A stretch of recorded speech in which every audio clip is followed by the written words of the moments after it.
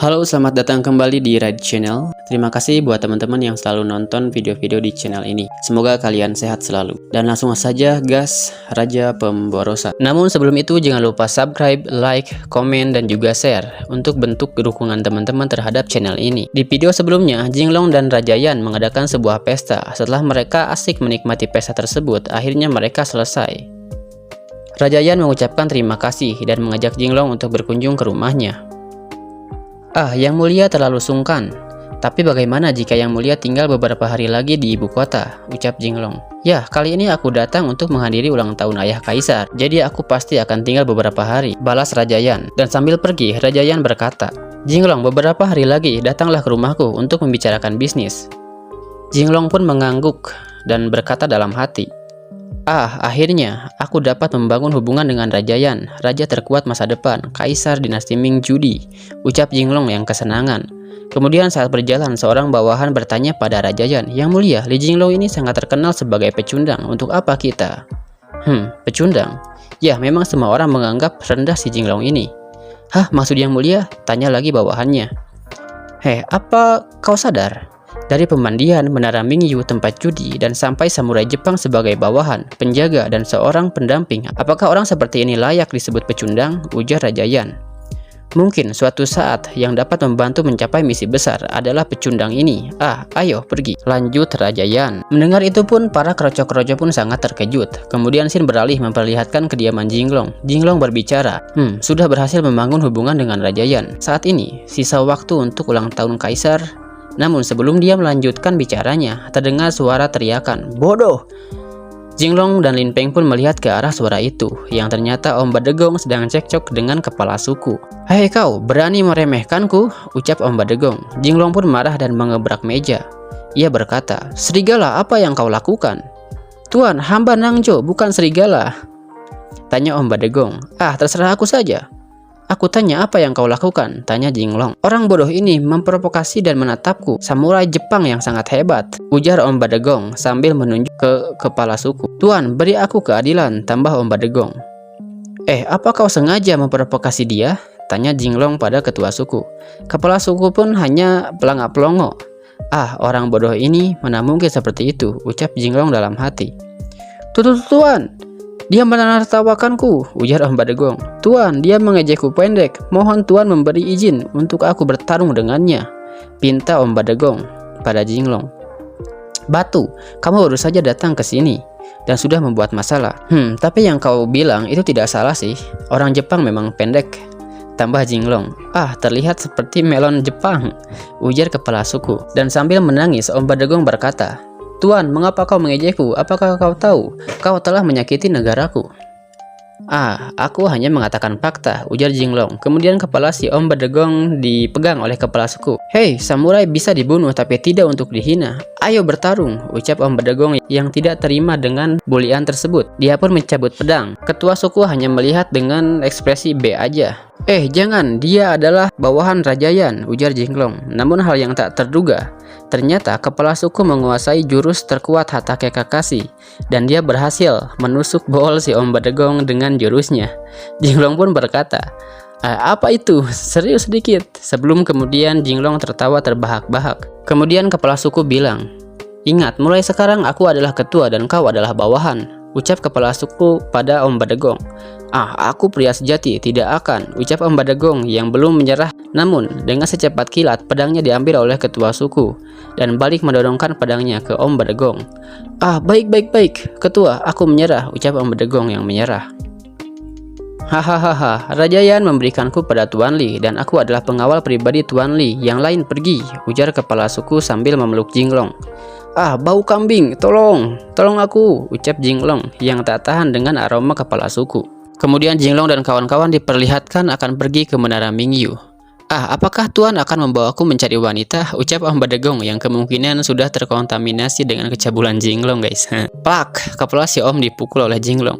Jangan berpikir macam-macam, hari ini aku akan melakukan bisnis, ucap Jinglong. Singkat cerita, Jinglong dan kawan-kawan pun sudah sampai. Tuan Li sudah datang, ujar wanita pengurus tempat bordil itu. Di mana Brigit? Dan bagaimana dengan hal yang kusuruh dia lakukan? Tanya Jinglong pada wanita tua itu. Tuan adalah dewa kekayaan kami. Bagaimana mungkin kami tidak berusaha dengan baik? Gadis-gadis, ayo kemari, jawab wanita tua itu. Dan terlihatlah wanita-wanita cantik nan bohai. Dan melihat itu, si cabul Lin Peng berkata, "Bos, apakah ini party yang kau bilang?" Plak, kena gampar terus. Kasihan ya si Lin Peng ini. Aduh. Party palamu, hah?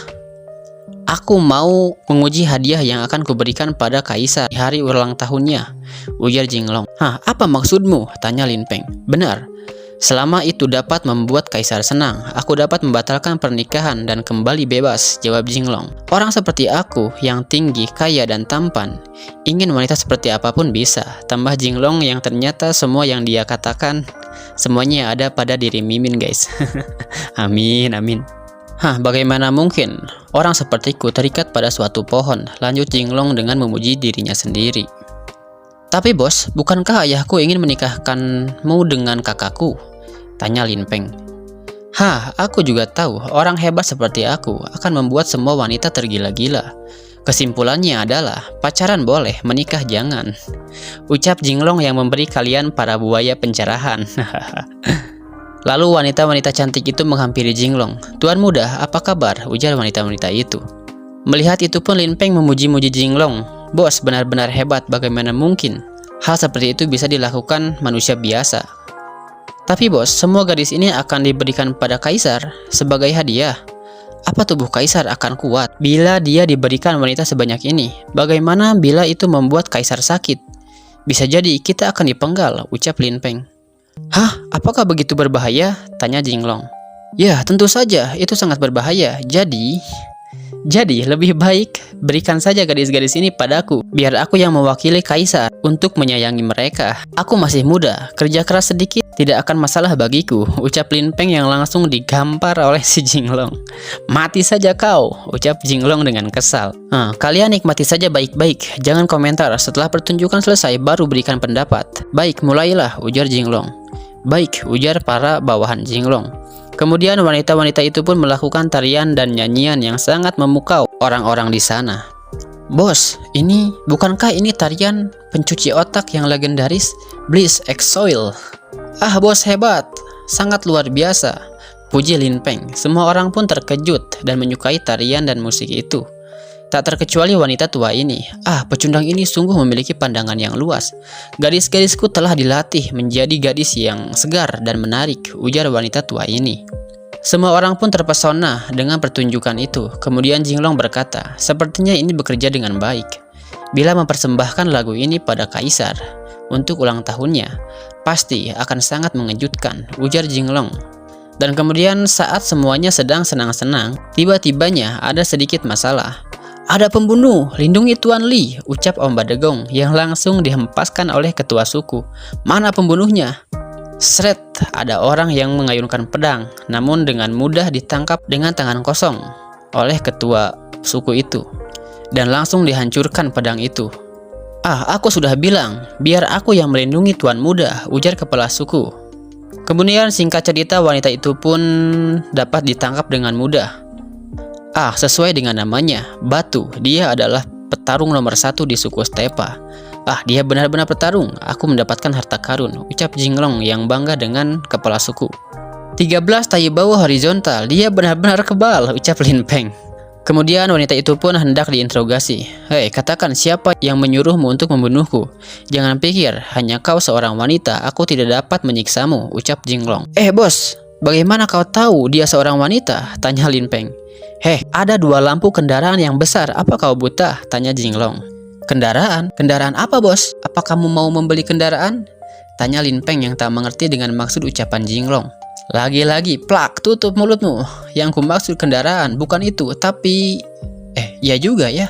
Aku adalah orang yang memiliki status.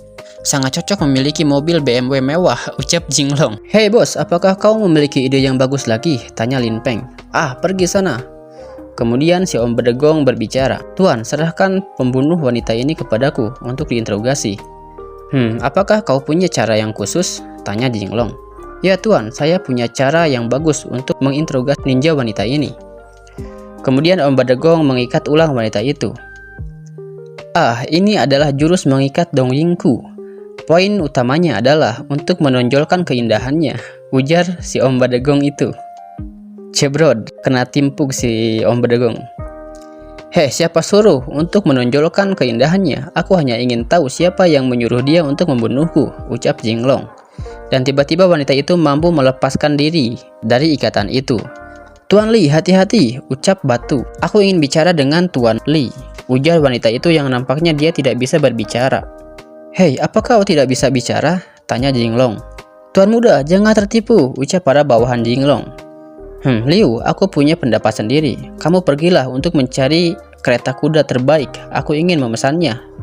Ya, baik, jawab Liu. Brigit, kamu bantu aku untuk melatih para gadis menari dan bernyanyi. Pastikan tidak ada kesalahan. Nangjo, ikat pembunuh itu. Dengan baik, aku ingin berbicara dengannya, perintah Jinglong pada anak buahnya. Kakak, bagaimana denganku? Ayahmu menyuruhmu balik untuk menyusu, ucap Lin Peng yang langsung digampar lagi oleh Jinglong. Kemudian beralih ke tempat Jinglong yang sedang menginterogasi wanita ninja itu.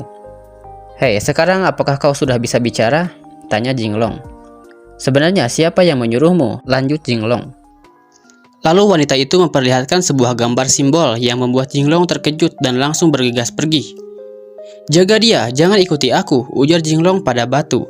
Dan sesampainya di luar, Tuan muda, aku baru saja melihat kereta yang bagus, ujar Liu. Namun Jinglong tidak menggubris ucapan tersebut. Ah gawat, apakah Tuan muda sedang marah? Aku tidak pernah melihat ekspresi seperti itu.